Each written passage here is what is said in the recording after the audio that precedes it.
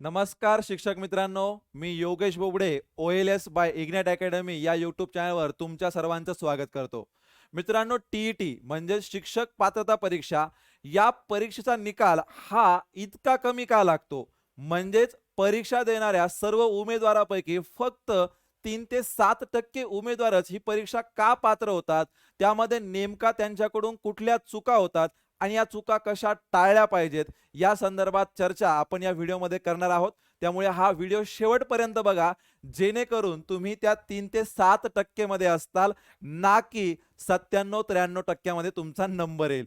मग आपण मित्रांनो जर ॲनालिसिस केलं की हा निकाल एवढा कमी का लागतो, तर प्रामुख्याने आपल्याला याची काही कारणं समजून येतात. ती कारणं अशी मित्रांनो, की वेळेवर अभ्यास सुरू न करणे, यानंतर दुसरं कारण आहे चुकीचं संदर्भ साहित्य वापरणं आणि तिसरं कारण आहे मित्रांनो अभ्यासाच्या नियोजनामधला गोंधळ. या तिन्हीवरती आपण चर्चा करणार आहोत. तसं आपण जर बघितलं या परीक्षेसंदर्भात तर मित्रांनो एकूण 150 गुणांची ही परीक्षा आहे. यापैकी आपल्याला पात्र होण्यासाठी जर आपण सर्वसाधारणपणे विचार करतो तर आपल्याला 90 गुण घेणं बंधनकारक आहे. ना या परीक्षेमध्ये आपल्याला निगेटिव्ह मार्किंग सिस्टीम आहे. मग प्रत्येक विषय हा 30-30 गुणांसाठी आहे, 150 पैकी 90 गुण. तसं बघितलं वरून तर आपल्याला ही परीक्षा सोपी वाटते, परंतु निकाल जर आपण बघतोय तर हा फक्त 3 ते 7% आहे. मग यामागे काही कारणं आहेत जी तुमच्या समोर आहेत. एका कारणावरती आपण चर्चा करूया. सर्वात पहिलं कारण आहे मित्रांनो, वेळेवर अभ्यास सुरू न करणे. मग सर कुठल्या वेळेला अभ्यास सुरू केला पाहिजे? वेळेवर अभ्यास सुरू न करणे म्हणजे केव्हा अभ्यास सुरू केल्यामुळे नुकसान होतं? मित्रांनो, ही सर्वसाधारण स्थिती आहे. कुठलाही परीक्षार्थी बऱ्यापैकी काय करतात, की त्या परीक्षेची जाहिरात आल्यानंतरच त्या परीक्षेच्या तयारीला सुरुवात करतात. मग तिथून ते बघतात, की अभ्यासक्रम कोणता आहे, पुस्तकं कोणती वापरली पाहिजेत, पाठीमागच्या वर्षाच्या प्रश्नपत्रिका मिळतील का? या सगळ्या गोष्टींची सुरुवात करतात परीक्षेची जाहिरात आल्यानंतर. त्या परीक्षेला त्यांनी अर्ज केल्यानंतर. ही पूर्णपणे चुकीची प्रोसेस आहे मित्रांनो. यामध्ये तुम्ही निकालाची अपेक्षा करू शकत नाही, कारण तो कालावधी देखील फार कमी असतो. जर आपण विचार करतोय मित्रांनो पाठीमागे म्हणजे 2013 पासून 2021 ज्या काही TET परीक्षा झालेल्या आहेत, यामध्ये सर्वसाधारणपणे जे काही नोटिफिकेशन आपल्याला येतं TET संदर्भात, परीक्षाचा अर्ज भरण्यासंदर्भात, ते आपल्याला जुलै-ऑगस्ट महिन्यामध्ये दिसून येतं सर्वसाधारणपणे.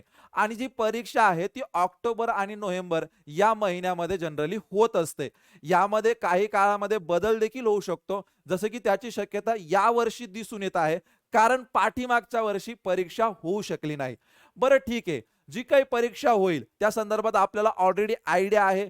बरं 2023 मध्ये आपली TET परीक्षा होणारच आहे. मग याच्या अभ्यासाचं नियोजन आपण आतापासूनच केलं पाहिजे. याचा अभ्यास आपण आतापासूनच सुरू केला पाहिजे.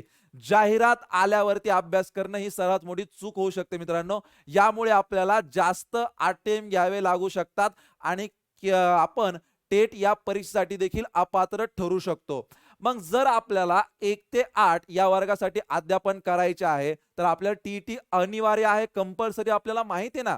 बघा कुठलाही एखादा 11वी-12वी सायन्सचा विद्यार्थी जो असतो, त्याला माहीत आहे जर मला पुढे चालून मोठ्या पोस्टसाठी त्या ठिकाणी जायचं आहे, मोठ्या शिक्षणामध्ये त्या ठिकाणी जायचं आहे, जसं की MBBS साइडला जायचं असेल, इंजिनिअरिंग साइडला जायचं असेल, तर त्याला JEE एक्झाम आहे, नीट एक्झाम आहे, ही द्यावीच लागते. ही बंधनकारक आहे. त्यामुळे तो विद्यार्थी 11वी पासूनच या परीक्षेची तयारी सुरू करतो त्याच्या 11वीच्या अभ्यासक्रमासोबतच. मग आपलंही क्लिअर आहे ना मित्रांनो. आपल्याला 1 ते 8 साठी जर पात्र व्हायचंय तर TET देणं बंधनकारक आहे. मग आपण का अभ्यास करू नये? जेव्हा आपण DED-BEDला ॲडमिशन घेतो, प्रवेश घेतो, तेव्हापासूनच या परीक्षांचा अभ्यास का करू नये? TET असेल किंवा टेट असेल, CTET असेल, या परीक्षेचा अभ्यास आपण तेव्हाच केला पाहिजे. म्हणून मित्रांनो, वेळेवर अभ्यास सुरू करणे ही फार महत्त्वाची गोष्ट आहे तुमचा निकाल येण्यासाठी.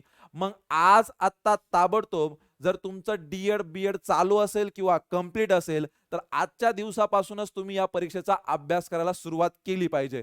तर अभ्यास कसा करायला पाहिजे? कुठले संदर्भ साहित्य वापरले पाहिजे? असे तुमचे काही प्रश्न असू शकतात, ते मला कमेंट बॉक्समध्ये शेअर करा. नक्कीच मी त्यावरती उत्तर देण्याचा प्रयत्न करेल.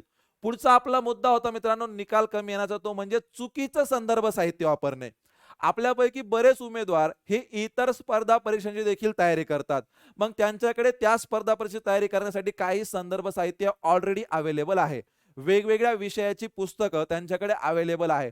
परंतु त्याचा अभ्यास तुम्हाला पूर्णपणे टी साठी उपयोगी पडेल असं मुळीच नाही. मित्रांनो, बऱ्याचदा असं झालंय, की जो उमेदवार एम-पी-एस-सी मधील काही परीक्षा पास होतोय, पूर्व असू शकतात किंवा सरळ सेवा लेव्हलच्या एक्झाम असू शकतात. परंतु त्या विद्यार्थ्याकडून टी निघत नाही. टी-ईटीमध्ये त्याला 90 गुण मिळत नाही. यामागचं महत्त्वाचं कारण आहे ते म्हणजे संदर्भ साहित्य. मित्रांनो, या परीक्षेचं नाव समजून घ्या ना. शिक्षक पात्रता परीक्षा. मग ह्या नावाला ही परीक्षा पूर्णपणे जस्टिफाय करते मित्रांनो. कारण शिक्षक होण्यासाठी तुम्हाला 1ली ते 10वी असेल किंवा 12वी असेल, या वर्गाच्या विषयाबद्दल नॉलेज असणं महत्त्वाचं आहे, गरजेचं आहे. म्हणून मित्रांनो, या परीक्षेमध्ये जे काही प्रश्न विचारले जातात ते जास्तीत जास्त प्रश्न तुम्हाला याच घटकावरती असतात, म्हणजेच पाठ्यपुस्तकावरती आधारित असतात. म्हणून मित्रांनो, आपल्याला अभ्यास करताना पाठ्यपुस्तकावरती ज्यादा जोर द्यावा लागतो, ना की इतर पुस्तकावरती. इतर पुस्तकांची तुम्हाला हेल्प होईलच, परंतु जोर द्यायचा आहे आपल्याला पाठ्यपुस्तकावरती. मग हे असेल तुमचं संदर्भ साहित्य. त्यामुळे चुकीच्या संदर्भ साहित्यामुळे आपल्याला निकाल येत नाही. कारण आपण वाचतो भरपूर, परंतु टीईटीला नेमकं काय येतं हे मात्र त्या संदर्भ साहित्यामधून आपल्याला क्लिअर होत नाही.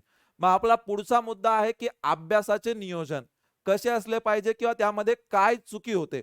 मग आता बघा, समजा आपण टीईटी किंवा सीटीईटी असेल, TET paper first paper second याचा आपण फॉर्म भरतो. मग आपण काय करतो की आपल्याला एखादा आपला मित्र सजेस्ट करतो की मित्रा काय होतंय माहितीये का, पाठीमागच्या वर्षात ज्या काही प्रश्नपत्रिका असेल त्यातील प्रश्नांची पुनरावृत्ती होते, रिपिटेशन होतं. मग आपण डायरेक्ट प्रश्नपत्रिका घेतो. इथे आपल्याकडून चूक होऊ शकते मित्रांनो. कुठल्याही परीक्षेचा अभ्यास करताना डायरेक्ट त्याच्या पाठीमागच्या वर्षाच्या प्रश्नपत्रिका घेणे आणि त्यातून डायरेक्ट अभ्यासाला सुरुवात करणे हे थोडंसं चुकीचं आहे. याच्यामध्ये थोडीशी रिस्क आहे. मग काय करायला पाहिजे, तर मित्रांनो, अभ्यासाचं नियोजन आपलं असं असलं पाहिजे. सर्वप्रथम आपण जी परीक्षा देतोय त्या परीक्षेमध्ये कोणकोणते विषय आहेत, त्यामधील तो विषय किती गुणांसाठी आहे आणि मग त्या विषयाचा अभ्यासक्रम नेमकं काय आहे. म्हणजे जर समजा उदाहरणार्थ आपल्याला बोलायचं झालं, टीईटी बद्दलच आपण बोलतोय, मग गणित या विषयामध्ये आपल्याला कोणकोणत्या घटकावरती प्रश्न आहेत, तर व्यावहारिक गणितावरती प्रश्न तर आहेतच. बीजगणितावरती आपल्याला 1-2 प्रश्न असतात. भूमिती या घटकावरती आपल्याला बरेचसे प्रश्न असतात. मग या दृष्टिकोनातून आपल्याला गणिताचा अभ्यास करणं गरजेचं आहे. आणि भूमितीचे प्रश्न जर तुम्ही बघाल ना मित्रांनो, तर यामध्ये डायरेक्ट क्षेत्रफळ काढा, डायरेक्ट घनफळ काढा, म्हणजे जी इतर स्पर्धा परीक्षेसाठी येतात अशी उदाहरणं राहत नाहीत. 8वी 9वी 10वीच्या साठी भूमितीमध्ये जी काही प्रमेय आहे, जी काही इतर सिद्धांत आहे, यावर आधारित प्रश्न असतात. मग आपण काय होतं, स्पर्धा परीक्षेमध्ये क्षेत्रफळ, पृष्ठफळ, घनफळ, परिमिती याचा अभ्यास करतो, पण इकडे आपल्याला त्यावरती प्रश्न येत नाही, तर प्रश्न येतो आपल्याला प्रमेयावरती. मग असं म्हणतोय मी तुम्हाला चुकीचं संदर्भ साहित्य. मग अभ्यासाचं नियोजन करताना काय, तर तुम्ही सर्वप्रथम अभ्यासक्रम व्यवस्थित बघून घ्याल. सर, अभ्यासक्रम आम्हाला कुठे बघायला मिळेल? मी आहे ना मित्रांनो. तुमची तशी डिमांड असेल कमेंट बॉक्समध्ये कळवा. सर, डिटेल अभ्यासक्रमावरती व्हिडिओ घ्या. नक्कीच नेक्स्ट व्हिडिओ आपला त्याचाच असेल. किंवा किंवा मित्रांनो, आपण सर्व शिक्षक आहोत. आपण त्या ऑफिशियल वेबसाईटवरती जाऊन देखील माहिती वाचून घेऊ शकतो. महा टीईटी असं वेबसाईटचं नाव आहे. त्यावर देखील जाऊन तुम्ही ही सर्व माहिती स्वतः चेक करू शकता. बघा, याच्या त्याच्या सांगण्यावरून ठरवण्यापेक्षा तुम्ही स्वतः देखील ही माहिती स्वतः बघा आणि प्रॉपर नियोजन ठरवून घ्या. मग एकदा अभ्यासक्रम तुम्हाला समजला की कुठल्या विषयामध्ये कोणकोणत्या घटकावरती प्रश्न येतात, त्यानंतर वेळ येते मित्रांनो PYQची. म्हणजेच बघा, पाठीमागच्या वर्षी परीक्षा केव्हा झाली, त्या अगोदर काय झाली किंवा आतापर्यंत किती वेळ झाली. जसं की आपण वारंवार म्हणतो 2013 पासून 2021 पर्यंत. मग या ज्या काही पेपर्स असतील, या सर्व पेपर्स मिळवणे, मार्केटमध्ये यांचा प्रश्नसंच असेल समजा पाठीमागच्या वर्षात, तो जमा करणे आणि मग त्याच्यावरती आपण चांगला आता सराव करणे. अभ्यासक्रमात सराव झाल्यानंतर PYQचा सराव आणि त्यानंतर असणार मित्रांनो आपला संभाव्य प्रश्नांचा सराव. आणि हे सगळं करता करता अचूकता असेल आपल्या सरावामध्ये आणि सोबतच वेग असेल, याची देखील आपल्याला काळजी घ्यावी लागते. अशा प्रकारे असायला पाहिजे होतं आपलं अभ्यासाचं नियोजन. तर मित्रांनो, गोष्ट तुम्हाला क्लिअर झालीच असेल की निकाल कमी लागण्याचं कारण काय आहे. 150 पैकी 90 वर्करने बघितलं एवढं अवघड नाही. नेगेटिव्ह मार्किंग सिस्टीम नसतानाही तितके मिळणं कठीण का जातं, कारण वेळेवर अभ्यास आपण सुरू करत नाही. यानंतर आपण चुकीचे संदर्भ साहित्य वापरतो आणि आपलं अभ्यासाचं नियोजन आहे ते प्रॉपर नाही. मित्रांनो, या व्हिडिओ तुम्हाला आवडला असेल तर याला लाईक करा. टीईटी किंवा सीटीटी या परीक्षेची ज्यांना तयारी करायची त्या मित्रांपर्यंत शेअर करा. तुम्ही म्हणाल सर अभ्यासक्रम आहे किंवा इतर सराव आहे, हा तुम्ही आमच्याकडून करून घेताल का? बिलकुल करून घेऊ मित्रांनो. आपल्या प्लॅटफॉर्मवर टीईटीसाठी नुकतीच आपण बॅच त्या ठिकाणी लॉन्च केलेली आहे. बॅचचं बॅनर तुम्ही माझ्या साईडला बघू शकता. या बॅचमध्ये तुम्हाला कोणकोणती फॅकल्टी असेल, कोणकोणते विषय शिकवले जातील, या बॅचची इतर काही वैशिष्ट्ये असतील ती तुम्ही या ठिकाणी व्यवस्थित वाचू शकता. एक नंबर देखील तुम्हाला दिलेला आहे 88 88 99 116 या नंबरवर कॉल मेसेज करून तुम्ही या बॅचसाठी नाव नोंदणी करू शकता. या बॅचची अजून डिटेल तुम्ही मागवू शकता. तुम्हाला काय करायचंय, आपल्या मोबाईलमध्ये Google play store ignite academy हे ॲप तुम्हाला डाउनलोड करायचंय. या ॲपमध्ये रजिस्ट्रेशन पूर्ण करायचं. रजिस्ट्रेशन झाल्यानंतर कॅटेगरी तुम्हाला सिलेक्ट करायची आहे शिक्षक भरती आणि त्यामध्ये तुम्हाला हा कोर्स दिसून येईल. ही बॅच आपण सुरू करतो मित्रांनो 10 एप्रिल पासून. त्यामुळे लगेचच या बॅचमध्ये एनरोल व्हा आणि अभ्यास करा आमच्यासोबत अगदी बेसिक पासून. अधिक तुमचे प्रश्न असतील, अधिक तुम्हाला माहिती विचारायची असेल तर नंबर तुमच्या समोर आहे आणि याच व्हिडिओच्या डिस्क्रिप्शन बॉक्समध्ये देखील किंवा कमेंट बॉक्समध्ये देखील तुम्ही तुमची जी काही इतर प्रश्न असतील ते आम्हाला शेअर करायला विसरू नका. नक्कीच आम्ही तुम्हाला त्याची उत्तर देण्याचा प्रयत्न करू. धन्यवाद.